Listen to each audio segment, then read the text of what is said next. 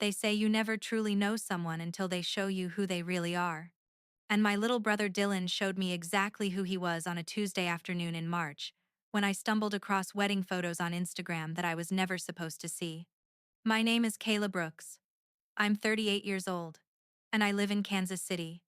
This is the story of how I raised my brother from the time I was 23, sacrificed everything to give him the life our parents couldn't, and how he repaid me by getting married without even telling me I existed. But more importantly, this is the story of what I did about it. Let me take you back to the beginning, because you need to understand how deep this betrayal really went. I was 23 years old when our parents died in a house fire. Dylan was only 8. One moment I was a college senior planning my future, and the next, I was signing guardianship papers and dropping out of school to raise a traumatized little boy. I became his mother, his father, his everything. I worked 2 jobs to keep us afloat. I went back to school part-time and took 6 years to finish my degree instead of one. I missed dates, friendships, opportunities, all so Dylan could have a normal childhood, so he could have soccer practice and birthday parties and college prep tutoring. And I didn't resent it, not even for a second, because he was my baby brother, and I loved him more than anything in this world. Fast forward 15 years. Dylan graduated with an engineering degree that I paid for, every single penny. $73,000 in tuition, books, and living expenses. I kept the receipts. I always kept the receipts. When he got his first real job at a tech firm in Kansas City, I wanted him close. I wanted to finally have family nearby, after all those years of struggle. So I did something crazy. I bought him a condo. Not a small place. A beautiful loft in the Crossroads Arts District, $350,000. And yes, I put the title in my name, but that was just smart estate planning. Dylan could live there rent-free, build his career, save money. It was supposed to be his launching pad. I even set up a study fund for him, a 529 education account with $35,000, so he could do that post-grad program in Europe he'd always dreamed about. Everything was planned. Everything was perfect. And then he met Hailey Grant. Hailey was an influencer, 26 years old with 140,000 Instagram followers and a lifestyle brand built on being authentic and real. She posted photos of her morning smoothies, her designer athleisure, her gratitude journals. She preached about manifestation and boundaries, and living your truth. I should have seen the red flags immediately. Dylan started changing within months of dating her. Suddenly, our weekly dinners became bi-weekly, then monthly, then nothing. He stopped answering my calls. His texts became shorter, colder. When I'd ask what was wrong, he'd say he was just busy, that Haley was helping him work on himself, that he was learning to set boundaries. Boundaries. That word would come back to haunt me. It was a regular Tuesday afternoon. I was scrolling through Instagram during my lunch break when I saw it. A friend of a friend had reposted a photo, a wedding photo. My brother Dylan in a tailored navy suit, standing next to Haley in a flowing white dress, surrounded by flowers and fairy lights. The caption read, "Best wedding ever. So happy for these two." My hands started shaking. I clicked on the tag. It led me to Haley's profile, post after post of wedding photos. The ceremony had happened 3 days ago. A small, intimate gathering in the Ozarks. 50 guests. A string quartet. A sunset ceremony. And I wasn't invited. I wasn't even told it was happening. I sat in my car in the parking lot, staring at those photos, and I couldn't breathe. This was the little boy I'd raised. The kid I'd tucked into bed every night, who'd cried in my arms after nightmares about the fire, who'd called me his hero in his high school graduation speech. And he got married without me. I called him. 6 times. No answer. I texted. Nothing. Finally, 3 hours later, my phone rang. It was Dylan. "Hey, Kayla." His voice was flat, emotionless. "You got married." I wasn't asking. I was stating a fact, trying to keep my voice steady. There was a long pause. Yeah, yeah, I did. "And you didn't think to invite me? To even tell me?" Another pause. Look, it was a small ceremony. Just close friends and Hailey's family. I'm your sister. I raised you. I know, and I appreciate everything you did, but Hailey and I wanted to start fresh. We wanted it to be about us, not about the past. Not about the past. As if our entire history together was something to be erased. Dylan, what are you talking about? I'm your family. You're suffocating me, Kayla. His voice rose, and I heard something in the background. A female voice. Hailey and I have been talking, and we both agree that you've been too involved in my life. You need to let me be my own person. Too involved? I helped you. I supported you. I gave you everything. And you hold it over my head, he shouted. Every time we talk, it's about what you did for me, what you sacrificed.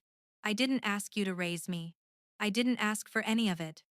The words hit me like a physical blow. I couldn't speak. And then I heard her, Hailey's voice, clear as day in the background, not even trying to whisper. Is she crying? Oh my God. This is exactly what I'm talking about. She's so pathetic and controlling. Something inside me went cold. Ice cold. Dylan, I said quietly. Put me on speaker. I want to talk to your wife. Kayla. Don't. Put me on speaker. Now. I heard a click. Then Hailey's voice, dripping with false sweetness. Hi, Kayla. You called me pathetic. I said what I said. Dylan has told me everything about how you've controlled his whole life. The condo, the money, the constant guilt trips. You're like one of those overbearing mothers who won't let go. It's toxic. Dylan needs space to grow, and you're stunting him. I took a deep breath. My hands had stopped shaking. Everything had stopped. I felt nothing but clarity. Hailey, I'm going to say this once. You don't know me. You don't know what I've done for Dylan. And you certainly don't get to decide what my relationship with my brother looks like. Actually, I do, she laughed. Because he's my husband now. And he agrees with me. Don't you, babe? There was silence. Then Dylan's voice, quiet but firm. She's right, Kayla. I need you to respect my marriage and give us space. Space, I repeated. Okay. You want space? You've got it. I hung up. And that's when I made my decision. If Dylan wanted independence, if he wanted to cut me out after everything I'd done, then he was going to get exactly what he asked for. Complete and total independence. I didn't sleep that night. I sat at my kitchen table with a bottle of wine and 15 years of paperwork spread out in front of me. Bank statements, tuition receipts, the deed to the condo, the 529 education account documents, legal guardianship papers, medical records, every single piece of evidence of the life I'd built for Dylan. And I realized something. In my desperate need to take care of him, to make sure he never felt the loss of our parents the way I did, I'd been smart. Almost accidentally smart. The condo title was in my name only. I'd never added Dylan. It was my property that he lived in rent-free. The 529 account? I was the account holder. Dylan was the beneficiary, but I controlled it. The Europe study program? I'd booked refundable flights and held deposits under my name for when he was ready. Legally, morally, ethically, everything I'd given him was still mine. I'd never transferred ownership because I'd always planned to do it properly, with estate planning lawyers, when the time was right. Well, the time was right, just not in the way I'd imagined. I made a list, a cold, calculated list of every single thing I was going to do, and then I started making phone calls. The first call was to my lawyer, Patricia. We'd worked together on my parents' estate 15 years ago, and she'd helped me set up all of Dylan's accounts. Patricia, I need to liquidate everything associated with my brother. The 529 account, the condo, all of it. There was a pause. Kayla, what happened? He got married and didn't invite me. His wife called me pathetic and controlling. And he agrees with her. Oh, honey, I'm so sorry. Don't be sorry. Just tell me how fast we can make this happen. Patricia was quiet for a moment. Then she said, if you want to move fast and you're sure about this, we can have everything done within a month. Maybe less. Do it. Send me every document I need to sign. The second call was to a real estate agent. The condo was in a prime location. With the market booming, I could easily sell it for more than I'd paid. Maybe 395,000, even 400 if we got lucky. I need to sell a property. Fast.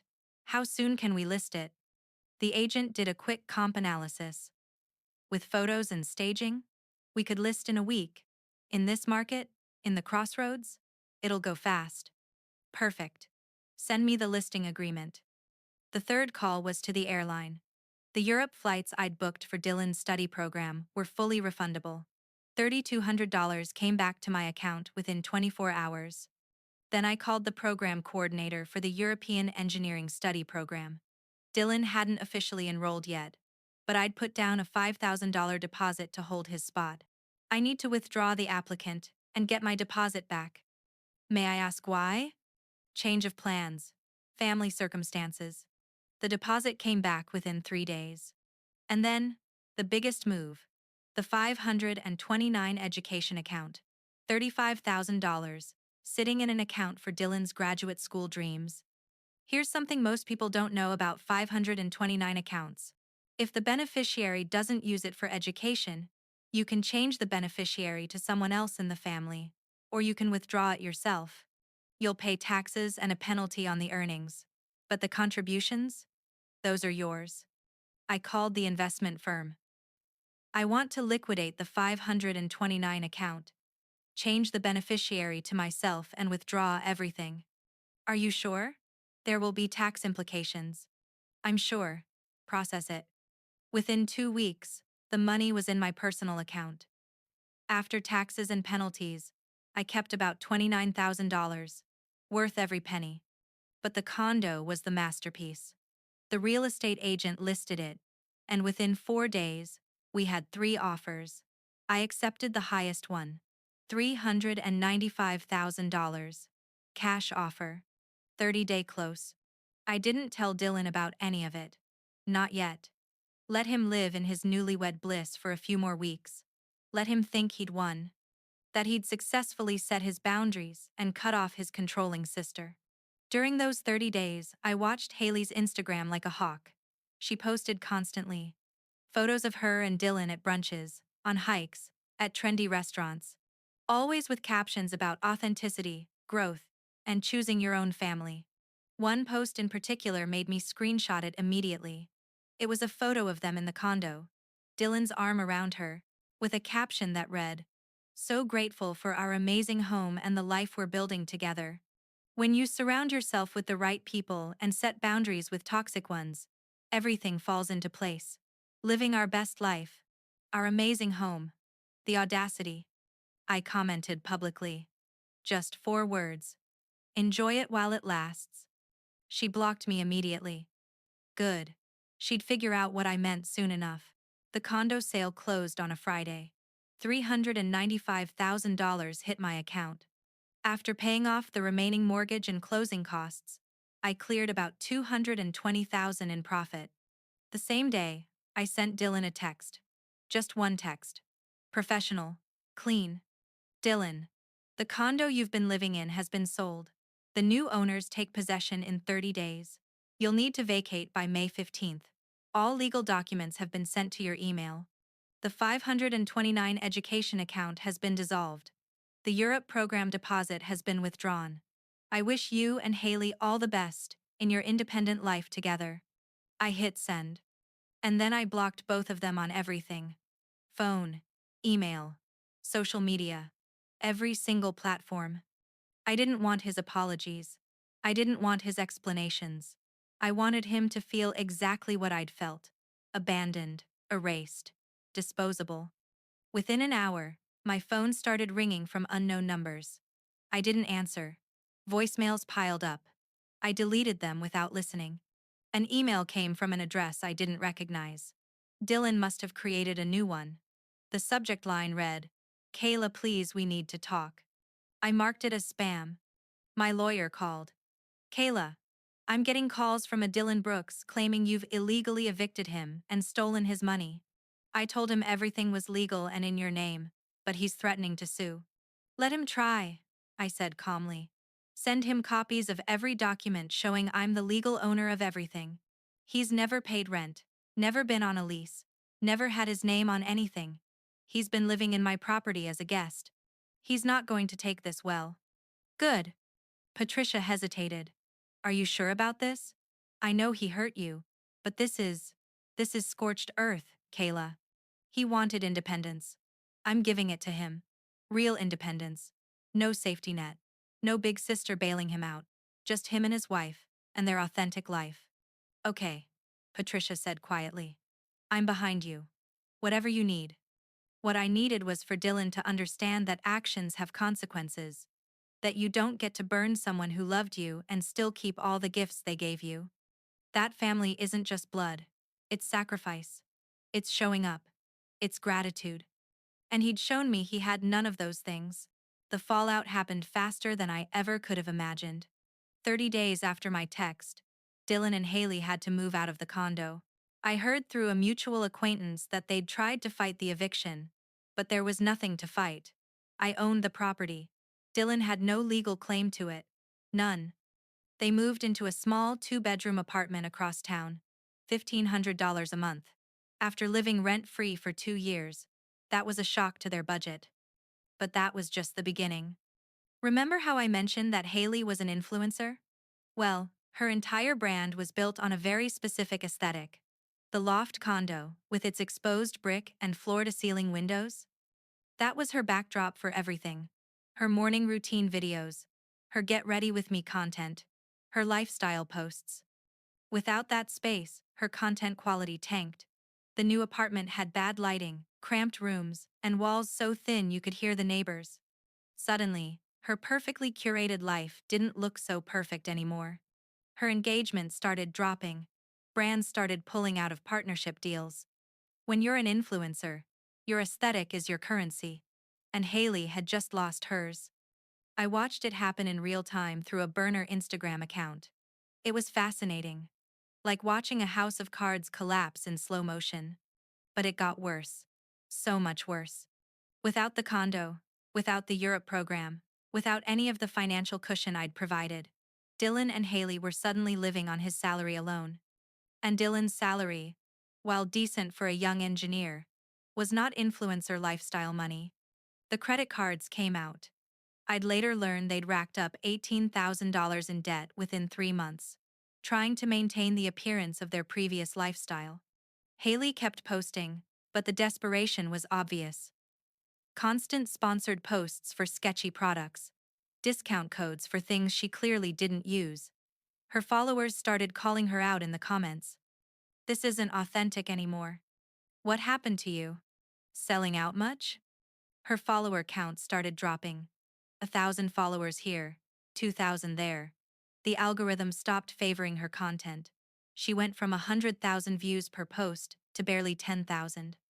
And then the thing happened that I never saw coming. 4 months after the wedding, a video leaked. Someone had sent it to one of those drama channels that expose influencers. It was Hailey. At a club. Very drunk. Making out with some guy who definitely wasn't Dylan. The video went viral. Not in a good way. Her comments section exploded. People were tagging Dylan. The drama channels were making compilation videos. Hailey Grant cheating scandal was trending in Kansas City's social media circles. I sat at my computer, watching it unfold, and I felt nothing. No satisfaction. No vindication. Just a cold, empty realization that this girl had destroyed her own life, and she'd dragged my brother down with her. Dylan filed for divorce 6 weeks after the video leaked. It was messy, public, humiliating for both of them. But here's where karma really showed up. During the divorce proceedings, it came out that Hailey had been hiding debt. A lot of it. Credit cards in both their names that Dylan didn't know about. Personal loans she'd taken out using their address. When they split, Dylan was suddenly responsible for half of it. His credit score tanked. The debt collectors started calling. And then, in the cruelest twist of fate, his company downsized. Dylan lost his job. No job, no wife, no condo, no safety net, thousands in debt. and no big sister to call, because he'd burned that bridge to ashes. I heard all of this through my friend Monica, who worked in the same building as Dylan's old company.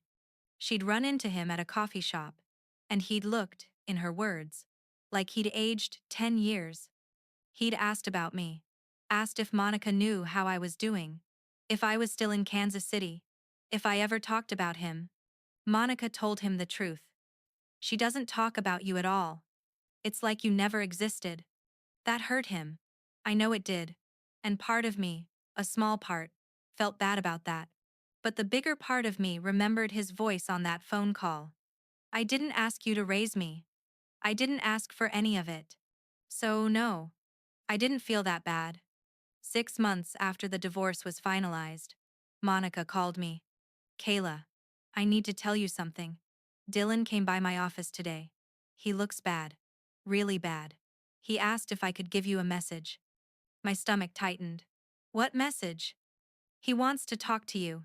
He says he's homeless.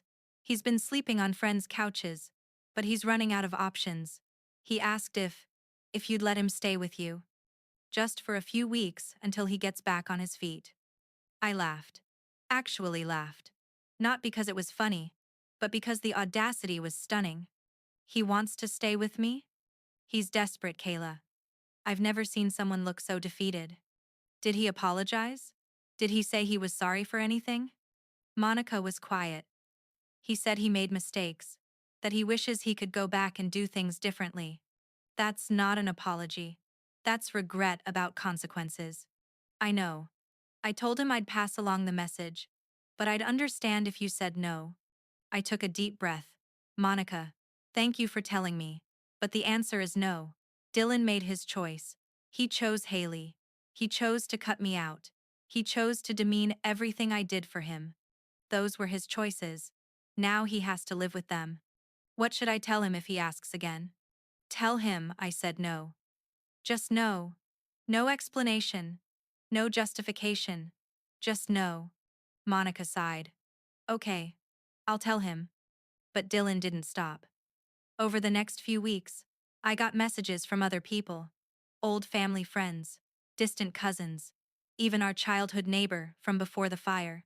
All of them with the same story. Dylan had reached out. He needed help. He was asking about me. Some of them tried to guilt me. He's your brother. Family is supposed to be there for each other. I gave them all the same response. Family is supposed to show up. Family is supposed to be grateful. Family isn't supposed to call you pathetic and controlling when you've sacrificed everything for them. Dylan got exactly what he asked for. Independence. One person, our old neighbor Mrs. Chen, said something that stuck with me. Kayla, I understand you're hurt, but don't you think you've punished him enough? I thought about that question for a long time. Had I punished him enough? And then I thought about the nights I'd worked double shifts so he could have new soccer cleats. The relationships I'd walked away from because I didn't have time to date while raising a child. The degree I'd delayed by 6 years. The promotion I'd turned down because it required moving and I didn't want to uproot Dylan during high school. I thought about the $73,000 in tuition, the $350,000 condo, the $35,000 education account, the 15 years of being mother, father, sister, and ATM machine. And I thought about that phone call. I didn't ask for any of it. Mrs. Chen, I said quietly. I didn't punish Dylan. I just stopped protecting him from his own choices. There's a difference. She didn't respond to that. 8 months after I'd blocked Dylan, I got a letter in the mail. An actual physical letter. My address was handwritten in his familiar scrawl. I held it in my hands for a long time, debating whether to open it or just throw it away. Finally, I opened it. The letter was 5 pages long, handwritten. Some parts were messy, like he'd been crying while writing it. It started with an apology, a real one. Kayla, I'm so sorry. I'm sorry for what I said to you. I'm sorry for not inviting you to my wedding. I'm sorry for choosing Hailey's cruelty over your love. I'm sorry for taking everything you did for me and treating it like it was worthless. You didn't deserve any of that. He went on to explain what had happened. The divorce, the job loss, the debt. the homelessness. How he'd finally gotten a new job, but it paid less. How he was slowly rebuilding, but it was hard. How he'd had to declare bankruptcy. How he'd lost everything. I understand now, he wrote. I understand what you did for me. How much you sacrificed. How every single thing I had, every opportunity, every success, was because you made it possible. And I threw it in your face. I'm not asking for your forgiveness. I don't deserve it. I'm not asking for money or help. I just need you to know that I see it now. I see what I did, and I'm sorry. The letter ended with a single line. You were right. Actions have consequences, and I'm living with mine. I read that letter 3 times. And then I did something I hadn't done since the day I'd seen those wedding photos. I cried. Not because I was sad, not because I felt guilty, but because it was over. The anger, the betrayal, the need for him to understand. It was all finally over. I didn't respond to the letter. I didn't reach out. But I didn't throw it away either. I kept it in a drawer, a reminder of everything that had happened. 2 weeks later, I donated $20,000 to a scholarship fund for young people who'd lost their parents. In my parents' names. That felt right. That felt like honoring their memory in a way that mattered.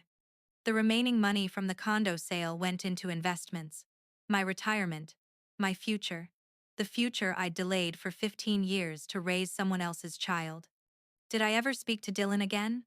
No. At least not yet. Maybe someday. Maybe when enough time has passed, and he's proven, not with words but with actions, that he's changed. That he understands what family really means. But for now, I'm okay with the silence. So what's the lesson here? What's the point of telling you this story? It's this. Sacrifice doesn't buy gratitude. Love doesn't guarantee loyalty. And giving everything to someone doesn't mean they'll value it. I spent 15 years of my life raising Dylan. I gave him opportunities I never had. I protected him from pain I couldn't avoid. And in his mind, that became control. That became suffocation. Because when you do too much for someone, they stop seeing it as love and start seeing it as obligation. That's not on me. That's on him. But here's what I learned. Boundaries aren't cruelty. Saying no isn't abandonment. And letting someone face the consequences of their own choices isn't revenge. It's reality. I didn't destroy Dylan's life. He did that himself. I just stopped rebuilding it for him every time he burned it down. Would I do things differently if I could go back? Maybe. Maybe I would have set clearer boundaries from the beginning. Maybe I would have made him contribute more, struggle more, appreciate more. Or maybe everything happened exactly as it needed to. Because now I have my life back. My money, my time, my energy. And I get to decide what I do with it. Dylan wanted independence. And now he has it. Real, raw, difficult independence. The kind that comes without a safety net. The kind that teaches you what you had when it's gone. If you're in a situation like mine, if someone you love is demanding everything from you and giving nothing in return, hear this. You don't owe anyone your destruction. You don't owe anyone your future. And you don't owe anyone forgiveness without accountability. Set your boundaries, protect your peace, and let people face the consequences of treating you like you're disposable. Because at the end of the day, the people who truly love you will never make you feel guilty for having limits. My name is Kayla Brooks. I raised my brother, sacrificed everything for him, and when he threw it all back in my face, I walked away. And I don't regret it, not for a second.